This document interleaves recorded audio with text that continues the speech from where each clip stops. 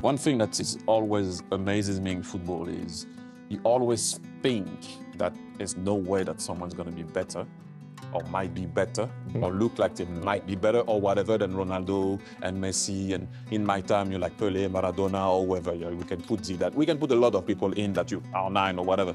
And then Lamine Yamal arrives.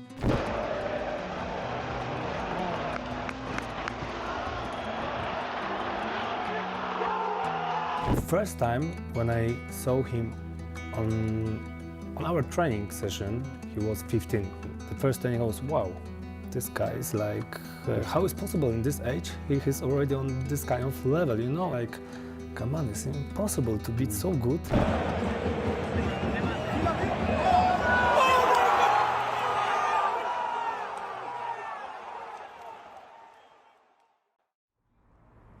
Mataró, a city located roughly 30 kilometers from Barcelona and the place where Lamine Yamal's story began.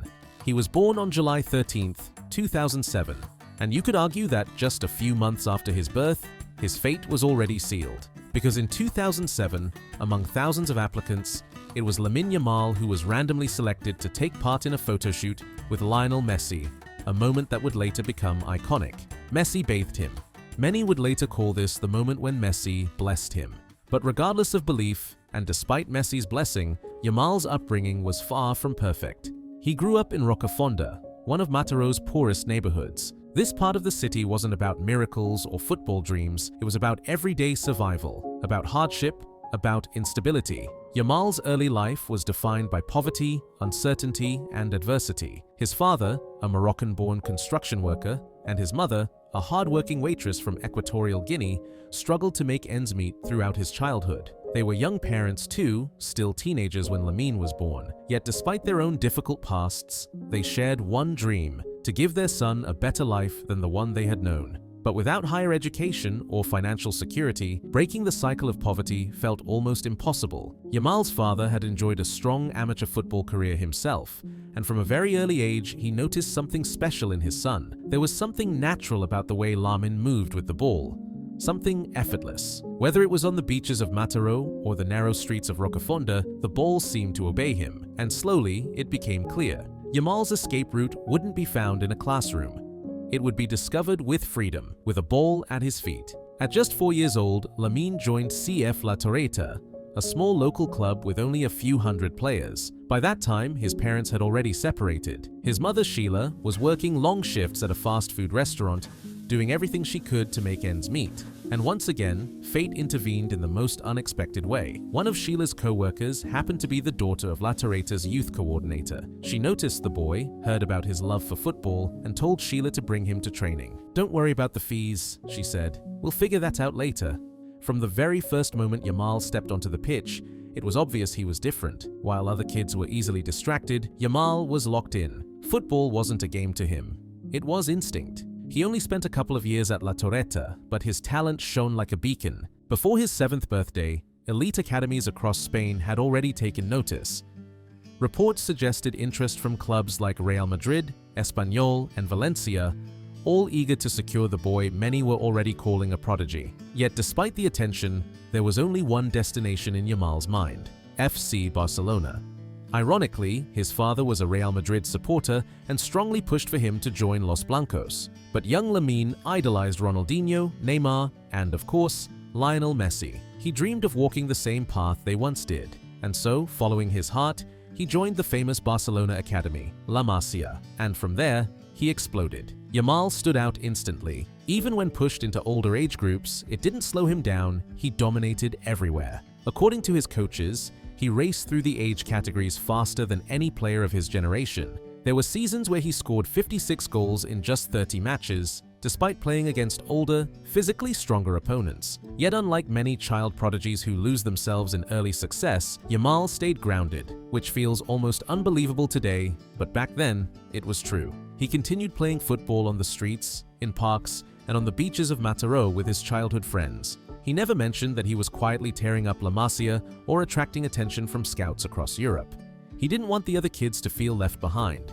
He never wore Barcelona hoodies, shirts, or training gear around them, just so they wouldn't know. But behind the scenes, life wasn't easy. His parents struggled to keep up with the demands of his rapid rise. His father spent nearly all the money he had on train tickets just to get Lamine to training sessions and back home again. And La Masia had strict rules. Only players living outside Catalonia were allowed to stay in the residency. Since Yamal lived locally, staying there wasn't an option. The pressure grew, the sacrifices mounted. Eventually, his parents began listening to offers from other clubs, and that's when Barcelona did something extraordinary. Recognizing his exceptional talent and fully aware of what he could become, the club broke its own rules. Barcelona allowed Lamine Yamal to stay at the residency anyway, not just to protect him, but to control his workload, his diet, his rest. Everyone inside the club knew it. This wasn't just another talented kid.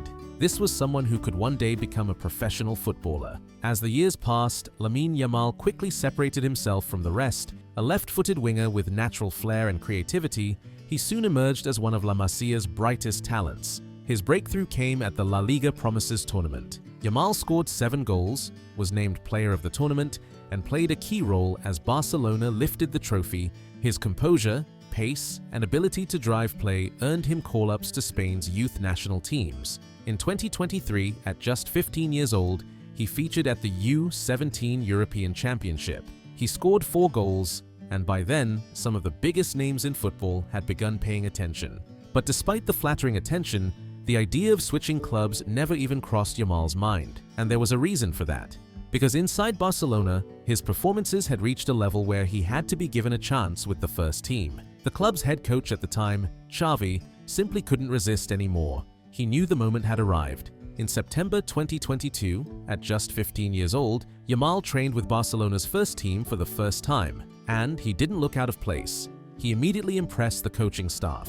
Against Real Betis, with Barcelona already 4-0 up, Xavi finally made the call in the 83rd minute. At just 15 years and 290 days old, Lamine Yamal became the youngest league debutant in the history of FC Barcelona. In the few minutes he spent on the pitch, he nearly registered an assist and made one thing crystal clear: this level did not scare him. Under normal circumstances, Barcelona would carefully build a talent like this over several years. But these were not normal circumstances. The club was in the middle of a financial crisis. There was no money for transfers. And suddenly, Barcelona could no longer afford to ignore the teenager who had been tearing apart defenders in pre-season, regardless of age group or competition.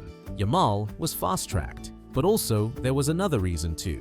Under Spanish regulations, once he turned 16, he could theoretically become freely transferable. By accelerating his rise, Barcelona sent a clear message: we count on you and we see a future with you. The 2023-24 season began with Yamal already considered one of Barcelona's primary wingers. In November, Yamal became the youngest player in El Clasico history. In December, he became the youngest ever nominee for the Golden Boy Award. Although he had scored just once by the turn of the year, his level soon shifted. Records fell one after another in the Spanish Super Cup and the Copa del Rey. And then came the summer of 2024. Yamal was named in Spain's squad for the European Championship, a young team stripped of superstars from whom no one expected miracles. But the rest is history. Spain won the tournament. And at just 16 years old, with 4 assists and 1 iconic goal, Lamine Yamal was named the Young Player of the tournament. Back in Barcelona, the individual awards began to pile up. In October 2024, he won the Copa Trophy as the world's best under-21 player. In September 2025, he made history by winning it again, becoming the first player ever to retain the award.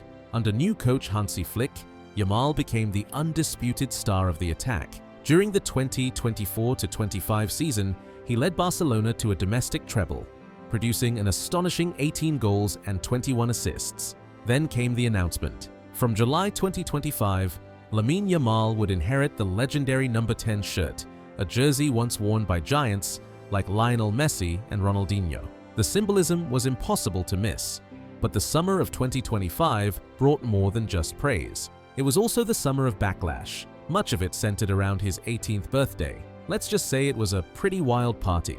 Critics claimed he had lost his focus, that he had become arrogant, that fame was finally catching up to him. Many predicted his performances would suffer. They were wrong. Just one statistic tells the whole story. In 2025, one player completed 285 successful dribbles across Europe's top 5 leagues. The second place? 155. That gap is not normal. The only player in the last decade to produce numbers even remotely close to that was Lionel Messi, and the player doing it now is 18 years old. That player is Lamine Yamal. People often forget just how absurd his rise has been. He went from a small local club to a global icon in 8 years, a timeline that feels almost impossible. And he's still only 18. But Lamine Yamal's story isn't just about goals and records, it's about how a postcode can become a source of pride. When he points to 304 in front of the cameras, he isn't celebrating himself. He's sending a message to every kid in Rocafonda and to every child growing up in places like it all around the world. A message that says, where you come from is not your destiny, it's your strength. He didn't forget where he came from when he reached the top of the world. What do you think is next for Lamine Yamal? Can he lead Barcelona back to Champions League glory? Let us know in the comments below. And if you want to follow the journey of football's next global superstar, make sure you like and subscribe.